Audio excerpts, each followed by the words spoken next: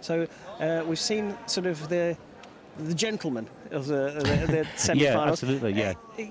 Not to say that these two aren't gentlemen, but sometimes you will get a little bit more emotional vigour from Andrea CASSARA.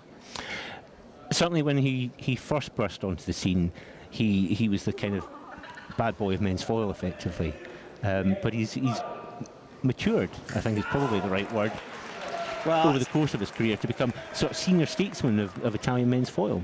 Yep, certainly passionate though, and a jolly decent chap. I can tell you, I've got to know Andrea over the last few years, and he is an absolute pleasure to be with and a brilliant, brilliant fencer. Time now for the second semi-final featuring Andrea CASSARA. In fact, it's already got underway. He's up against Julien Mertine, who has had an up and down career. He does appear on podiums every now and again. But only has 2 titles, 1 Grand Prix, 1 World title, I believe. And compared to CASSARA, well, Sean, you were talking about that record earlier on. It's phenomenal.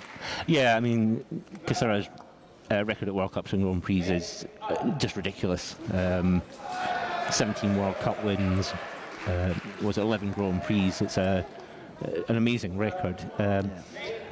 Julien Mertine, nothing to compare to that, but on his day, when he gets it all right, he can beat anyone. I mean, he did it earlier this year when he won in Anaheim in convincing style as well, and looked absolutely fantastic. And then he'll turn up at the next event and look really ordinary.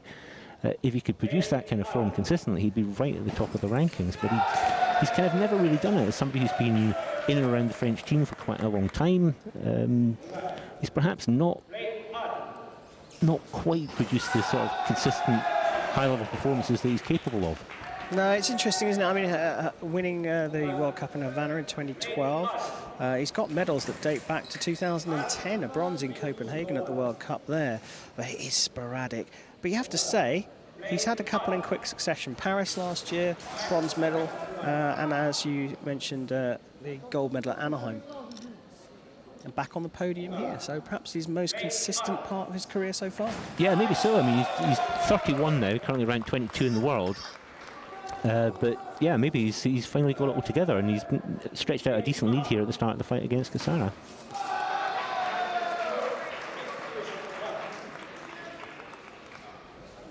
But again, it's all happening at high speed. Less than 30 seconds in, we've got 9 hits on the board, and 7 of them from Mertine. And it does seem to be the way at men's foil at the moment, whereas it had looked like it might slow down a couple of years back. It's gone completely other way, perhaps forced by this new wave of, well, not so new. You can't call Timur Safin and Danny Garozzo the new wave. They're well established now. They're perhaps the leaders of forcing these fights to happen quite quickly. Yeah, you're right. I think there was a spell when men's foil was a bit more patient, but increasingly we've got fencers that are prepared to force the pace, and I think it does make the sport more exciting as a result. Absolutely.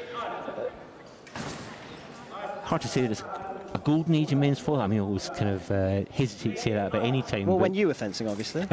Clearly, yeah. Not that I had any contribution to that, but yeah, thanks for the idea. But yeah, Mertine absolutely flying here. Yeah, on fire, the Frenchman.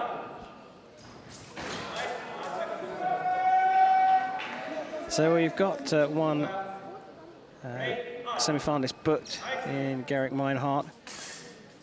Perhaps not the serial winner that you'd expect. It looks like Julien Mertine might be joining him there. Yeah, if he does, it's interesting that a Meinhardt-Mertine final would, between them, have 2 World Cup or Grand Prix wins. 3 World Cup Grand Prix or wins. And hard to pick, they're increasing that by 25% in this event. Yeah. Potentially. Don't write Andrea CASSARA off. We saw Giorgio Avila go 7-0 down against Jeremy Cadeau earlier on today and fight his way back to win. It's certainly not beyond Andrea CASSARA to find his way back from just 6 hits down. So the assistant referee has his hand up. That's Basil on a GER, and it's for covering, and that's because of the turn, Sean? Yeah, absolutely. And distance closes, and CASSARA trying to get out of the way and having a bit of a wriggle in the course of doing that. Covers with his back arm and picks up a card. Yeah, can't use your back arm to cover target. You're covering the valid target area, making it off target, and that's what you get the warning for.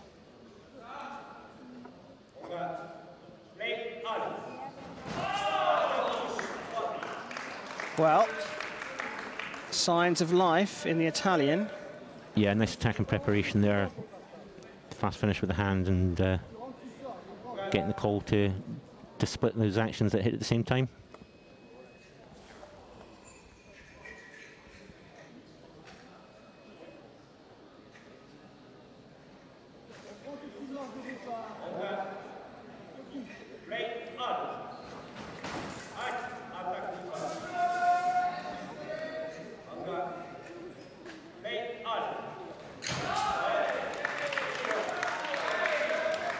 Wow, can the Italian string together a couple more and put himself right back in this fight?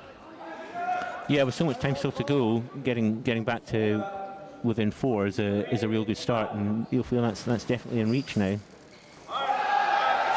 Now, has the referee called halt? Well, alongside that, the assistant referee has put his hand up. I think the referee had called halt, and I don't think the hit should stand, but the assistant referee, Basil El Nagar, is indicating covering again, and the referee is going to give a red card to the Italian.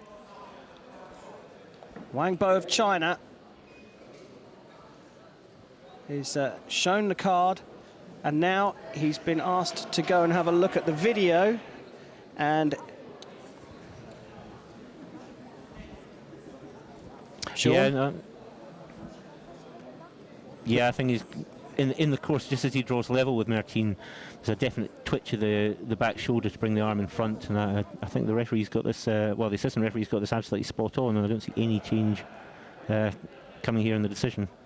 And you're that red spot card on stands. yourself, yeah. So, a couple of incidences of covering target from the Italian has increased the lead to 5 points for Julien Mertine. Pin to the back line. How on earth did he get a single like there, Sean? Yeah, spotted where the attack's coming in, closes the line, and blocks out, and hits with a kind of blocking counter-attack.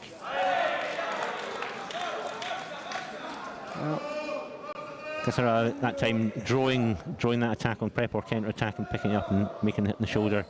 Kind of signature CASSARA move.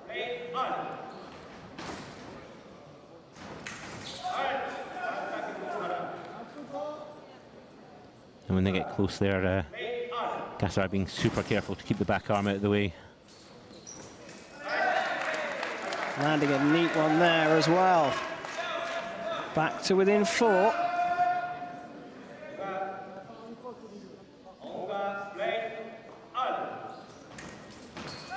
Oh, Mertine did all the hard work.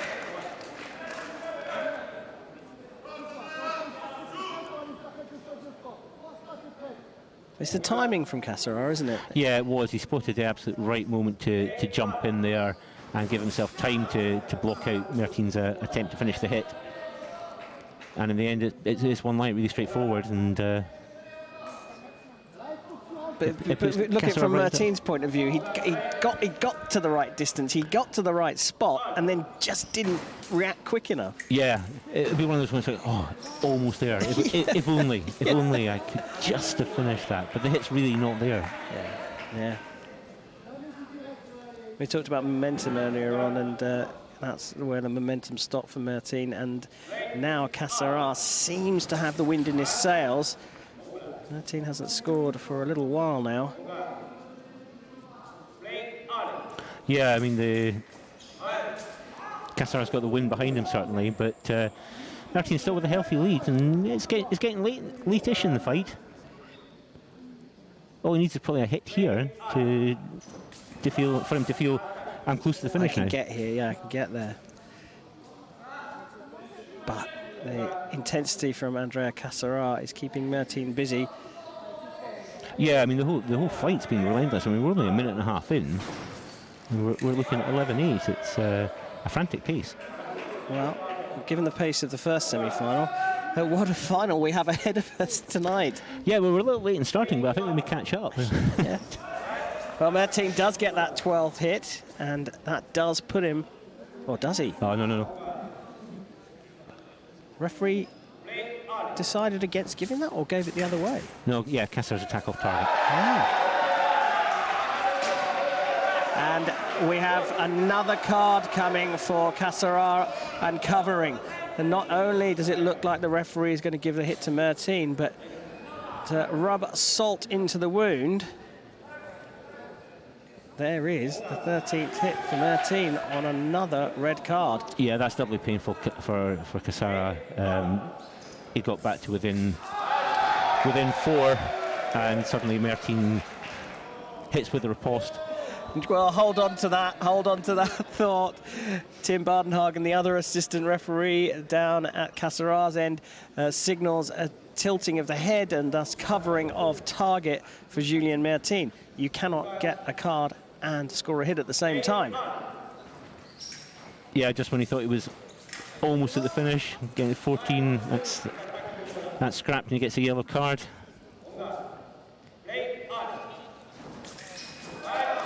Yeah, now, for me, it's just Mertine's just being a little one-dimensional. He's just looking for that moment for the counter-action, and CASSARA has seen it, he spotted it, and he just started his attack a little bit slower, drew the counter and finished.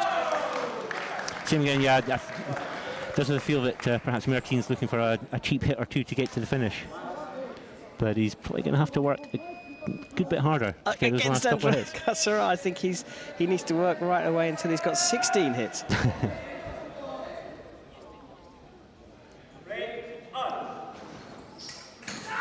Beautiful. Yeah, feints the counter-attack, draws the attack from CASSARA and hits with a parry riposte. Nice hit. So nice with a second intention from the Frenchman. One away from the gold medal match here in Bonn. Forcing the counter, and now Andrea CASSARA calls for a video review of the tilting head covering target, and so Wang Bo goes to the video. And so do we. Yeah, and this will be a hit if it's given. There's a definite tilt to the body, Yeah. whether that's covering or not. I'm not so sure. Well, I was talking to Florian Jorge, one of the top foil referees earlier on today, and he said tilting the head covers the shoulder, and that is valid target. And maybe the fencer's not necessarily going for that particular spot, but it is still covering. Yeah, an unexpected kind of side effect of a bit of body evasion. Well, referees had a look at it and decided there's no need for a card. Fencers shake hands.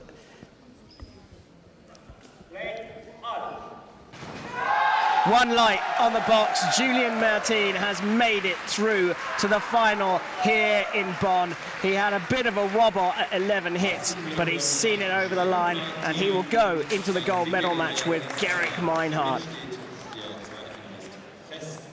Yeah, got off to an absolute flying start, built up a huge lead.